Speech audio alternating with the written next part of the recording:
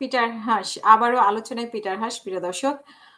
এবার অবশ্য আলোচনায় পিটার হাসের কোম্পানি। পিটার হাসের কোম্পানি থেকে 1,00,000 কোটি টাকার এলএনজি কিনবে সরকার। যুক্তরাষ্ট্রের সঙ্গে শুল্কঘাটি কমাতে বাংলাদেশে জ্বালানি আমদানির একটি দীর্ঘমেয়াদী চুক্তি করেছে।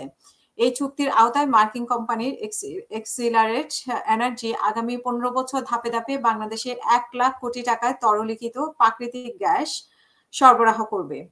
একসময় ঢাকায় যুক্তরাষ্ট্রের রাষ্ট্রদূতের দায়িত্ব পালন করা পিটার হাস এখন এক্সিলারেট এনার্জির স্ট্র্যাটেজিক অ্যাডভাইজার হিসেবে কর্মরত। বহুজাতিক কোম্পানি এক্সিলারেট এনার্জি যোগ দেওয়ার আগে পিটার হাস বাংলাদেশে তিনি যুক্তরাষ্ট্রের রাষ্ট্রদূতের দায়িত্ব পালন করেছেন। 2022 সালের মার্চে ঢাকায় দূতাবাসে দায়িত্ব নেন। চাকরি ছেড়ে দেন 2024 সালের 23 জুলাই।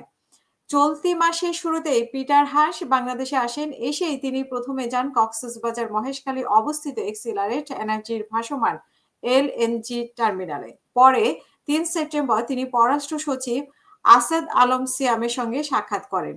এই সময় তাদের মধ্যে বাংলাদেশে এলএনজি সরবরাহ বাড়ানোর বিষয়ে আলোচনা হয়।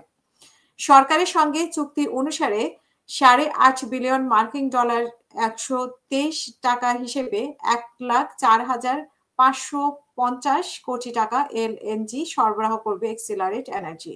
আগামী বছর থেকে 15 বছর ব্যাপী 232 কার্গো এলএনজি সরবরাহ করবে মার্কিন এই বহুজাতিক কোম্পানি। আন্তর্জাতিক স্পট মার্কেট থেকে এলএনজি ক্রয়ে ও মার্কিন এই কোম্পানিকে অগ্রাধিকার দেওয়া হবে। এছাড়া বাণিজ্য ঘাটতি কমাতে যুক্তরাষ্ট্র থেকে এই খাতের অন্যান্য পণ্য বিশেষ করে ডিজেল আমদানি করা ভাবছে সরকার এবং জ্বালানি ও খনিজ সম্পদ বিভাগের সংশ্লিষ্ট কর্মকর্তারা এমন তথ্য জানিয়েছেন। জানা গেছে চুক্তিটি বিগত আওয়ামী লীগ সরকারের আমলে বিশেষ বিধানের অধীনে করা হয়েছে। 2023 সালের 23 নভেম্বর এই চুক্তি স্বাক্ষরিত হয়। বর্তমানে অন্তর্বর্তী সরকার ক্ষমতায় গ্রহণের পর বিদ্যুৎ ও জ্বালানি খাতের আওতাভুক্ত একাধিক বিশেষ চুক্তি বাতিল করলেও এই চুক্তিটি বহাল রাখা হয়েছে। কারণ হিসেবে বলা হয়েছে মার্কিন কোম্পানির সঙ্গে এটি চুক্তি চূড়ান্তভাবে স্বাক্ষরিত হওয়ার আইনগত বাধ্যবাধকতা বাতিলের সুযোগ ছিল না।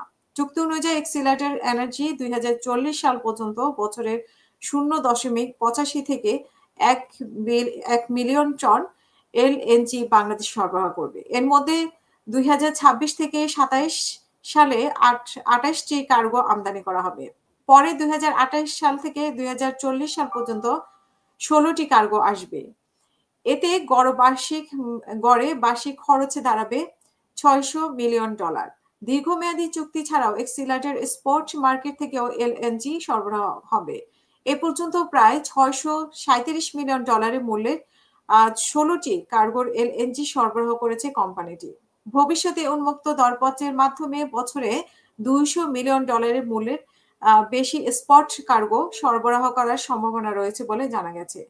নীতিপত্রের সুপারিশে বলা হয়েছে 3.8 মিলিয়ন টন জ্বালানি তেল আমদানির পরিকল্পনায় মার্কিন পরিশোধকদের অন্তর্ভুক্ত করতে সরকার আমদানি প্রক্রিয়া ব্যবহার করে এবং মার্কিন গালফ কোস্ট রিফাইনারি থেকে ডিজেল এবং জ্বালানি তেলের জন্য দীর্ঘমেয়াদী চুক্তি বা টেন্ডার নিয়ে আলোচনা করা হয়।